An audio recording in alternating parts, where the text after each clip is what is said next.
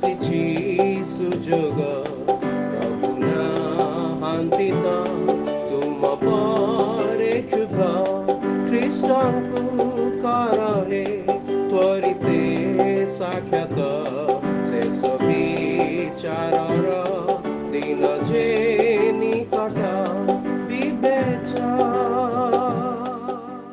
প্রিয় শ্রোতা বন্ধু প্রভু শ্রীখ্ରୀଷ୍ଟଙ୍କ ସର୍ବୋଚ୍ଚ ନାମରେ ଆପଣଙ୍କୁ ଶୁଭେଚ୍ଛା। ପବିତ୍ର ବାଇବଲର ମାଥ୍ୟୁ ଲିଖିତ ସୁସମାଚାର 15 ଅଧ୍ୟାୟର 8 ପଦରେ ଆମେ ଏହିପରି ପାଠ କରୁ, ଏହି ଜାତି ମୁଖରେ ଆମ୍ଭକୁ ସମାଦର କରନ୍ତି, କିନ୍ତୁ ସେମାନଙ୍କ ହୃଦୟ ଆମ୍ଭଠାରୁ ଦୂରରେ ଥାଏ। ଫାରୁସୀ ଓ ଶାସ୍ତ୍ରୀମାନଙ୍କ ଆଚାର ବ୍ୟବହାର ଯୋଗୁଁ ପ୍ରଭୁ ଯୀଶୁ ସେମାନଙ୍କୁ କପଟି ବୋଲି କହିଲେ।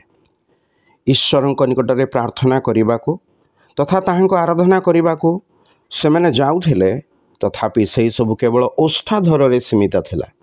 ସେମାନେ ଈଶ୍ୱରଙ୍କର ନାମ ତ ଉଚ୍ଚାରଣ କରୁଥିଲେ, ମାତ୍ର ତାହାଙ୍କ ଭୟ ସେମାନଙ୍କ ହୃଦୟରେ ନଥିଲା।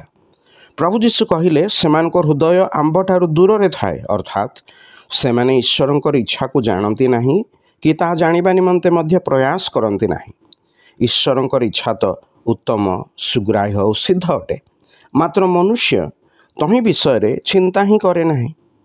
ଈଶ୍ୱରଙ୍କ ଠାରୁ ଦୂରରେ ରହି ନିଜ କର୍ମ ଦ୍ୱାରା ତାହାଙ୍କୁ ସନ୍ତୋଷ କରିବାର ବ୍ୟର୍ଥ ପ୍ରୟାସ କରିଥାଏ।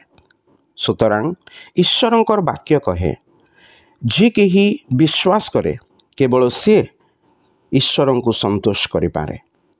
ଯିଏ କେହି ପ୍ରଭୁ ଶ୍ରୀଖ୍ରୀଷ୍ଟଙ୍କର ବଳିଦାନ ଓ ପୁନରୁତ୍ଥାନରେ ବିଶ୍ୱାସ କରି ତାହାଙ୍କୁ ପ୍ରଭୁ ଓ ତ୍ରାଣକର୍ତ୍ତା ରୂପେ ଗ୍ରହଣ କରେ, ସେ ପରିତ୍ରାଣ ପାଏ, ପାପ କ୍ଷମା ପାଏ ତଥା ତା ଜୀବନରେ ଈଶ୍ୱର ସନ୍ତୋଷ ପାଆନ୍ତି। ତେବେ ଈଶ୍ୱରଙ୍କୁ ସନ୍ତୋଷ କରିବାକୁ ଆପଣ ଚାହିଁବେ ନାହିଁ କି?